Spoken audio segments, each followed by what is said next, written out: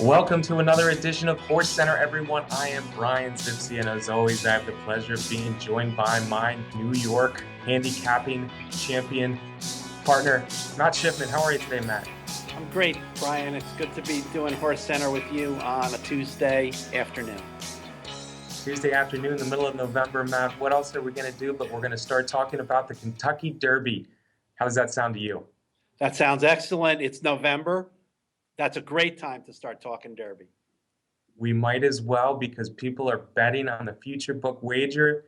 The first wager out of Churchill Downs actually comes next week. They have a new wager, the Sire wager. But Matt and I, this is our first HorseCenter 2016 Kentucky Derby list, and we want to go over some of our current favorites.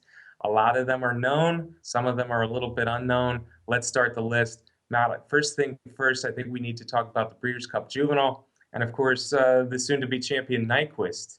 Nyquist was a winner of the Juvenile, his fifth straight win, and one that neither of us really liked going into the Juvenile.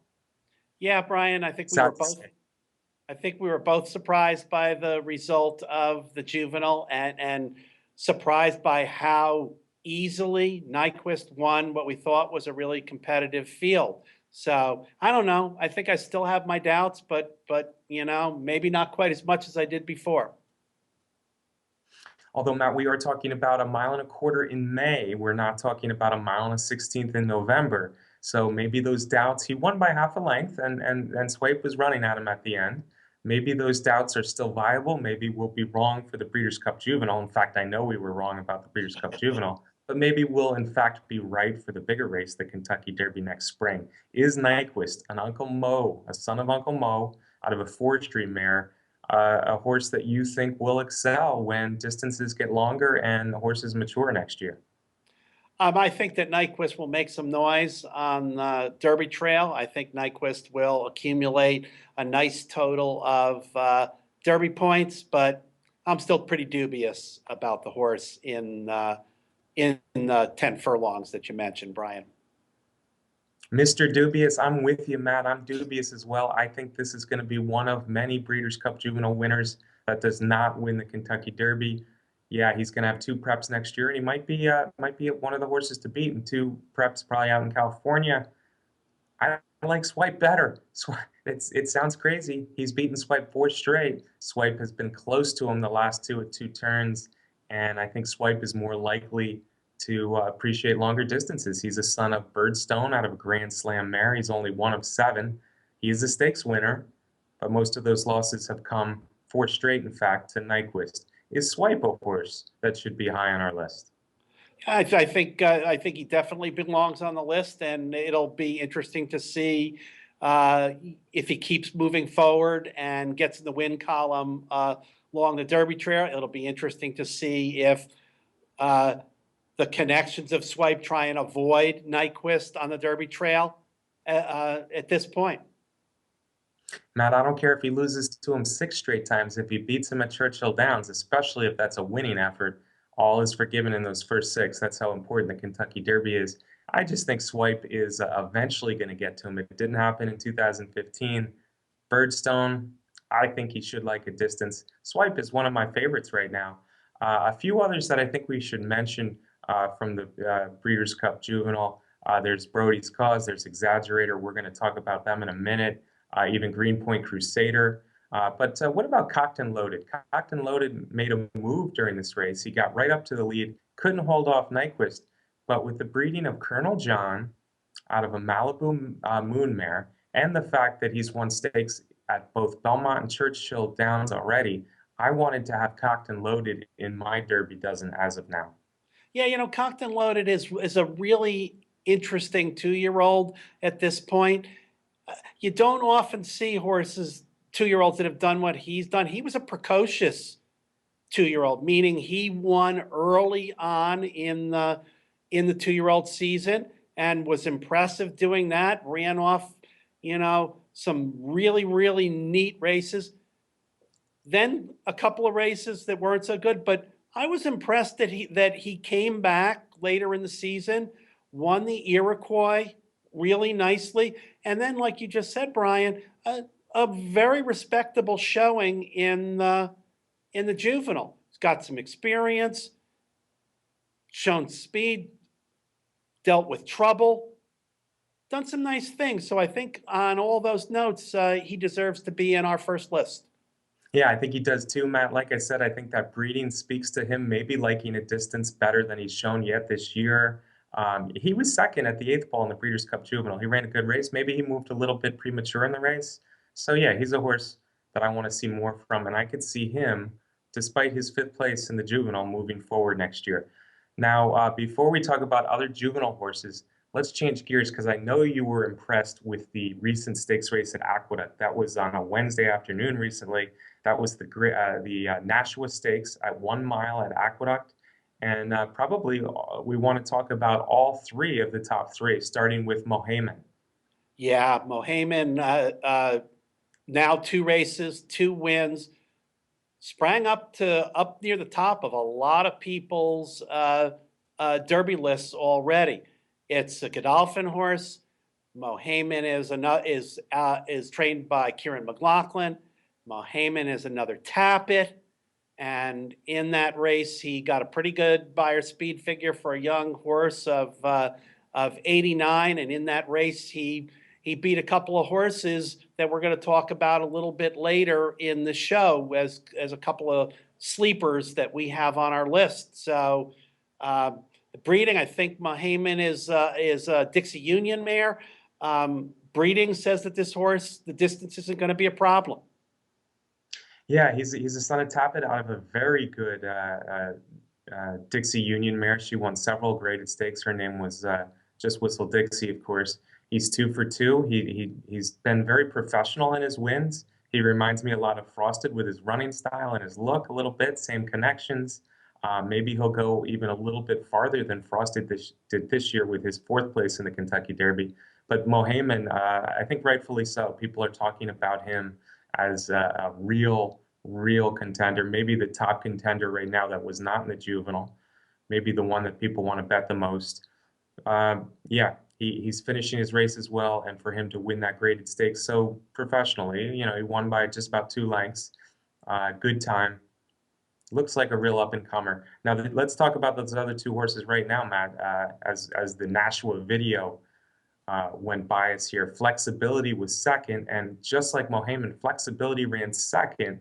Actually, that was his second career race. He's a son of Bluegrass Cat out of a Vindication mare. Yeah, and Flexibility, he's a New York bred, but that's not a knock against the horse anymore. And he's trained by Chad Brown, who seems like he can get great results, not just on the turf anymore, but on the dirt also. So, Flexibility, I think showed good stuff. A second, only a length and 3/4 behind Mohaymen. That's a pretty good run. He beat out Sail Ahoy, who is another New York raced horse. This one is coming out of the barn of Shug McGahee, Phipps horse, top to bottom, and Sail Ahoy is another one of those horses that probably is going to do better as the races get longer and the Kentucky Derby comes around. Yeah, Flexibility, maybe he's a new upstart, Matt. He's a New York bred, the only New York bred that we have on our list of 12 right now. His sire ran second in the Kentucky Derby. His broodmare sire, of course, was a son of Seattle Slew and a 2-year-old champion. So he's got the breeding. Chased Mohaymen all the way around. Didn't tire at all. He was out in the middle of the track a little bit and ran on well. It looked like Sail Ahoy was going to run by him, and he didn't. So for both Mohaymen and Flexibility, very good efforts for only their second lifetime race. And coming out of a sprint to a mile, it'll be interesting to see them as they move forward this year. Maybe they'll both be in the Remsen, going a little farther, getting a crack at 9 furlongs early. 2 good horses. And the third horse you already mentioned, Sail Ahoy, just missed second. And like he did in the Champagne, he was running late, and he looks like a horse that figures to get better over time. He's only won 1 of 4 races so far, but Shug McGahee, after a nice win at a mile, threw him right into the deep end with the Champagne and then with the Nashua. Both times finished up well. looks like a horse who could get better and looks like a horse who should like classic distances. Now let's go back to some of those juvenile horses, Matt, because there's a couple in there that I still like a lot, probably more than some of the horses that beat them. And we saw them run in the Breeders' Futurity at Keeneland. I'm talking about the third and fourth place finishers in the Breeders' Cup Juvenile. That's Brody's Cause and that's Exaggerator. At Keeneland, Exaggerator made a nice move to get the lead, and Brody's Cause rallied right by to win. Kind of the same deal in the Breeders' Cup Juvenile. This time it was rallying by for third, while Exaggerator finished fourth. Either of these colts you like a lot, Matt? Yeah, and Exaggerator has gotten a lot of good experience in those races. Seems to be picking up excuses, little bit of bad trip here and there in several of these races. That starts to concern me a little bit. Exaggerator is the morning line favorite in the Delta Jackpot coming up. Drew the 9 post and is the 2-1 morning line favorite. I would love to see Exaggerator have a nice smooth trip and get a nice victory in Delta Jackpot. And then I think I'll feel a lot better about that one. Yeah, Exaggerator is one that I've liked all year. He's a son of Curlin out of a Vindication mare. Breeders' Cup Juvenile, yeah, he was maybe a little rank, a little bit closer to the pace than he needed to be and got shuffled back a little bit. Ran on well to be fourth, passed Cocked and Loaded, was passed by Brody's Cause.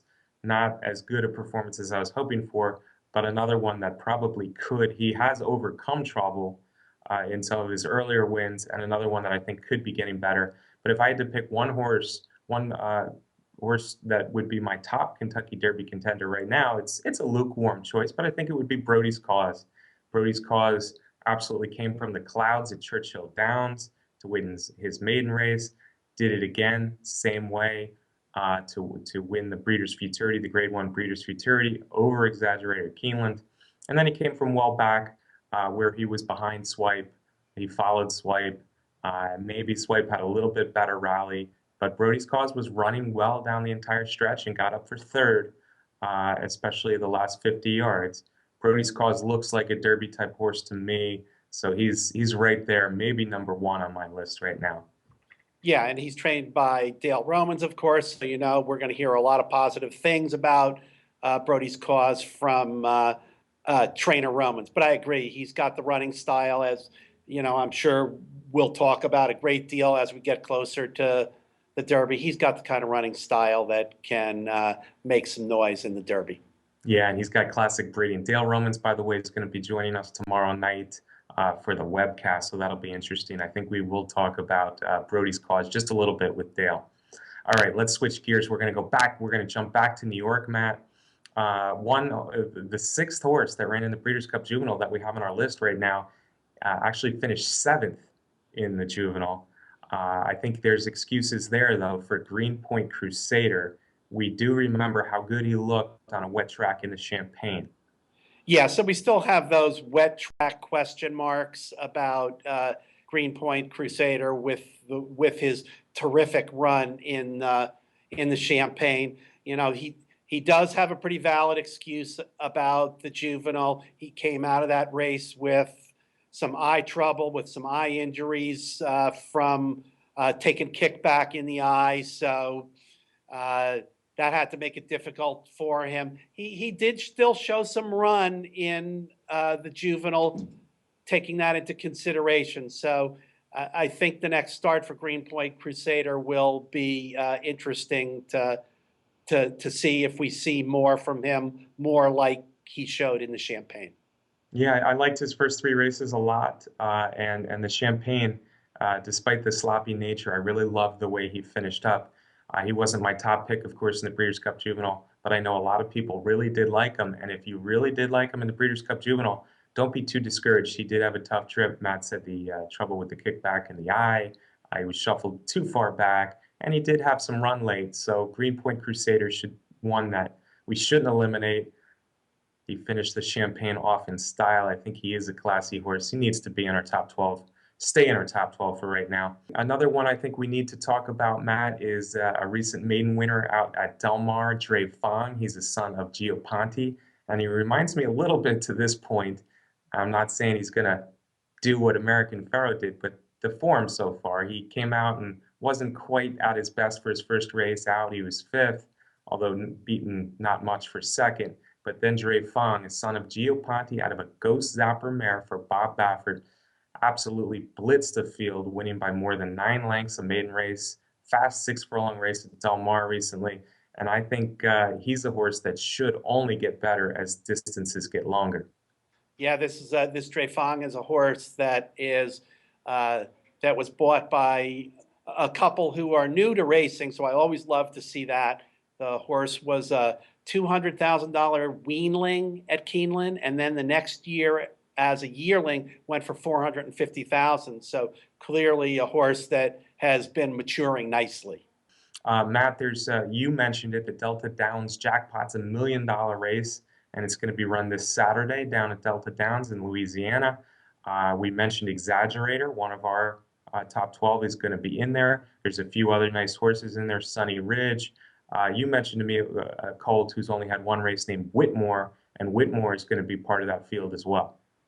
Yeah, Whitmore is an interesting horse who had a very, very impressive maiden debut for Ron Moquette, the trainer. And since then has had a lot of interested parties, had some interesting people buy into this horse. One of them, Bob LaPenta, who we know is always looking for a Derby contender, and I guess he thinks he saw one in Whitmore. So it'll be interesting to see how that one does in the Delta Jackpot. Yeah, interestingly, Matt, he's a gelded son of Pleasantly Perfect, so you would think the distances will only help him. Jumping up from that maiden race at Churchill to the $1 million Delta Jackpot's a big jump. We'll see how he does Saturday, but an interesting one to watch. I think we should also mention a couple colts that came out of the Bob Hope recently in California. Toes on Ice is an arch who might have a classic potential as a sire. Toes on Ice, after losing his first two, has won 3 straight, including a game performance in the Bob Hope. And the horse he beat, Mac Daddy Mac, was purchased out of his maiden win, a very impressive maiden win at Santa Anita by Dean Reeves, given to Kathy Ritvo, Mucho Macho Man fame. I know they're looking for a Derby horse. This horse is a son of Put It Back, which of course doesn't scream distance to me, but it was a nice performance in the Bob Hope, considering it was only a second race back against the experienced Toes on Ice in the Bob Hope. 2 good Californians. We have the Los Al Futurity, of course, coming up a little bit later in the year. Matt, that's it for me as far as our first Kentucky Derby watch, HorseCenter's first Kentucky Derby watch of 2016. Any closing shots from you? I just want to throw in one more, and that's Annual Report, Yes. who is 2 for 2. Also, same connections as Mohayman, Kieran McLaughlin, the Godolphin connections. Made his first start at Parks, which was a little curious, and came right back from that in the Futurity and ran a super big race. And Kieran was quick to say only went in Parks because they were ready to run and the race was there, so they took it and ended up getting him a good price in that race. But Annual Report hasn't gotten the distance yet, 2 sprinting wins, but does have the breeding to stretch out. So I think that's another one for us to watch coming out of New York. Yeah, he closed great in the Futurity. He's the son of Harlan's Holiday out of a Seeking the Gold mare, Matt. So yeah, we certainly could see good things out of him. I'm gonna throw out Gunrunner as my last one too. Gunrunner is a son of Candy Ride and a Giants Causeway mare, so the breeding's there. Winchell and Asmussen, I saw him break his maiden very nicely at Churchill. Then he came back even better at Keeneland to win his second out. So he's 2 for 2. He's already been a mile and 16th. I expect to see him in stakes racing soon. So Gunrunner, and that'll be the last we can fit on our 12. Folks, I hope you enjoyed this. This is a very early Kentucky Derby, 2016 Kentucky Derby watch from your friends here at HorseCenter. As always, we're brought to you by Derby Wars, Thank you to our producer, Ember Marr, for joining us and helping us look decent at least. And thank you for joining me today, Matt. It's my pleasure, Brian. Never too easy to talk Derby, folks. Have a good week. We'll see you next week on HorseCenter.